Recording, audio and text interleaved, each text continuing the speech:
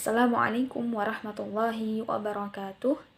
Perkenalkan, nama saya Aswati, NIM 220101210034 dari kelompok 17, akan menjelaskan mengenai fase pembaharuan atau kebangkitan Islam. Ya, jadi ada dua subtema yang akan kita bahas mengenai fase pembaharuan atau kebangkitan Islam. Yang pertama kita akan membahas hakikat pembaharuan itu sendiri. Kemudian yang kedua adalah tokoh dan juga ide, gagasan atau ide pembaharuannya. Nah, sebelum kita ke bahasan, kita mengulik kembali dulu sebenarnya latar belakang dari pembaharuan Islam itu apa. Nah, jadi ceritanya ketika banyaknya negara Islam jatuh ke tangan bangsa Barat di abad ke-18 sampai 19 Masehi, nah itulah kemudian awal dari adanya kebangkitan Islam. Nah, jadi ketika hal itu terjadi, maka ulama-ulama abad 19 merenungkan apa yang perlu dilakukan umat Islam untuk mencapai kemajuan kembali sebagaimana umat Islam pada zaman klasik dulu. Nah, maka lahirlah pembaharuan Islam di berbagai negara. Nah, semua pencetus pembaharu berpendapat bahwa untuk mengejar ketinggalan umat Islam harus menghidupkan kembali pemikiran rasional agama Islam klasik dengan perhatian yang besar pada sains dan teknologi. Ya, kita masuk kepada poin pertama, yaitu tentang hakikat pembaharuan. Secara etimologis atau bahasa, pembaharuan berasal dari terjemahan modernization dalam bahasa Indonesia adalah berarti proses menjadi baru. Nah, sedangkan kalau dari bahasa Arab itu berasal dari kata al-tajdid. Ya, tajdid yaitu apa? Mempunyai pengertian bahwa pemikiran, gerakan untuk menyesuaikan pemahaman keagamaan Islam dengan perkembangan baru yang ditimbulkan oleh kemajuan-kemajuan ilmu pengetahuan dan teknologi modern. Nah, kemudian ada lagi selain dari tajdid, kemudian ada juga kata islah yang bermakna perubahan dalam konteks perbaikan yang pada level operasional di lapangan lebih menampakkan dalam bentuk gerakan purifikasi atau pemurnian Islam. Nah, dari pengertian tadi dari bahasa Arab ada tajdid dan juga islah. Ini kemudian dari kalangan pemikir Islam terjadi perbedaan dalam memberikan arti konseptual terhadap istilah pembaruan Islam itu. Di satu pihak ada sebagian yang melakukan pemilihan secara ketat antara konsep pembaruan tajdid dengan istilah perubahan dengan islah perubahan, perbaikan dalam makna pemurnian. Tetapi ada pula sebagian lainnya yang mengklusikan bahwa makna perbaikan-perbaikan islah ke dalam konsep pembaruan Islam. Kemudian menurut Harun Nasution mengandung arti adat istiadat, institusi lama, dan lain sebagainya, agar semua itu menjadi sesuai dengan pendapat-pendapat dan keadaan yang baru yang ditimbulkan oleh ilmu pengetahuan dan teknologi modern. Nah, dari sini kita bisa menyimpulkan bahwa pembaharuan Islam itu dimaknai sebagai sebuah usaha-usaha untuk melakukan harmonisasi antara agama dan pengaruh modernisasi yang berlangsung di dunia Islam, sehingga pembaruan merupakan upaya untuk menata kembali struktur-struktur sosial, politik, pendidikan, dan ilmu yang mapan dari ketinggalan zaman atau outdated. Ya. Kemudian subtema yang kedua yaitu tokoh dan gagasan pembaharuan atau kebangkitan Islam. Nah, menurut Nurholis Majid, modernisasi atau pembaharuan dalam Islam merupakan suatu keharusan, bahkan kewajiban yang mutlak. Jadi modernisasi ini merupakan pelaksanaan perintah dan ajaran Tuhan Yang Maha Esa.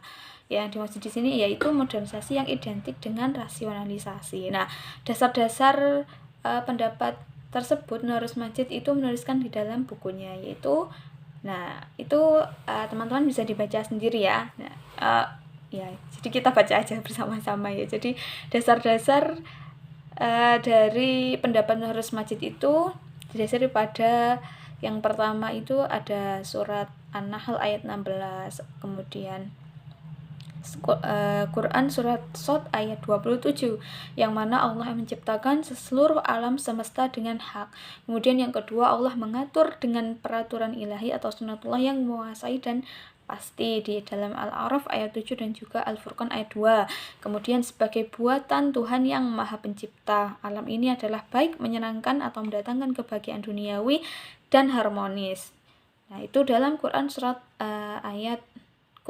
Anbiya ayat 7 dan Al-Mulk ayat 3. Kemudian yang keempat, manusia diperintahkan oleh Allah untuk mengamati dan menelaah hukum-hukum yang ada dalam ciptaannya, yaitu dalam Quran surat Yusuf ayat 101.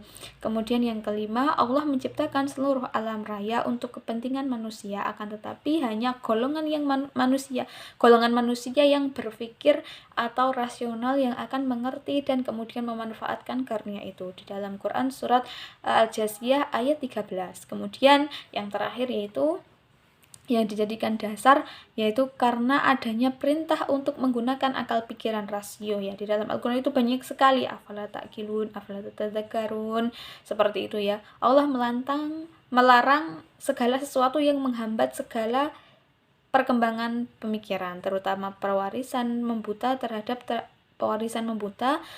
tradisi-tradisi lama yang merupakan cara berpikir dan tata kerja sebelumnya, yaitu dalam Quran surat Al-Baqarah ayat 170, Quran surat Az-Zukhruf ayat 22 sampai dengan ayat ke-25.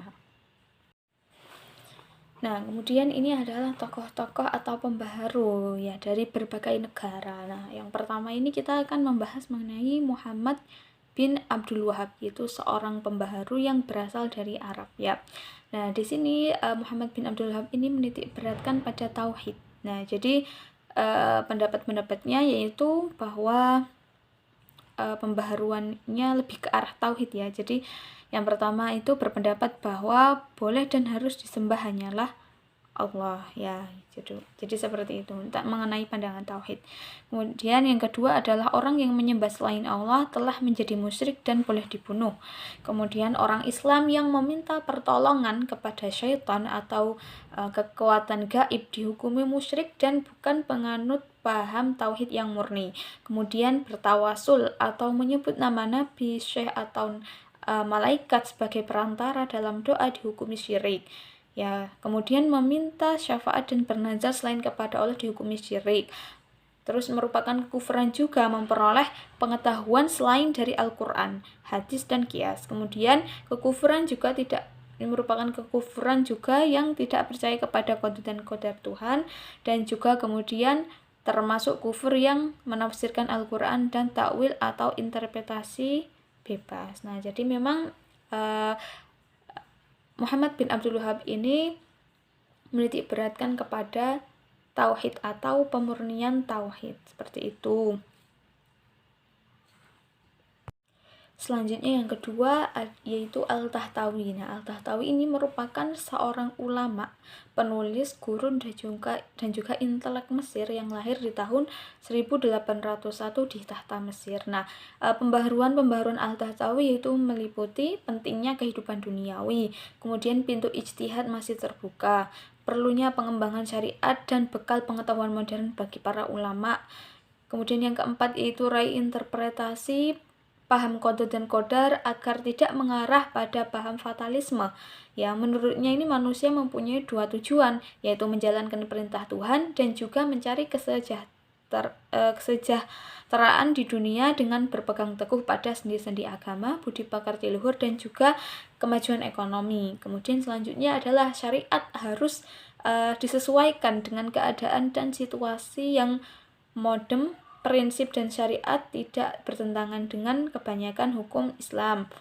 Kemudian beriman qada dan qadar Tuhan manusia harus berusaha terlebih dahulu baru berserah diri kepada Tuhan Tuhan. Manusia tidak boleh berserah diri dan mengembalikan segala-galanya kepada Tuhan ya. Jadi terkait qada dan qadar yaitu harus berusaha terlebih dahulu.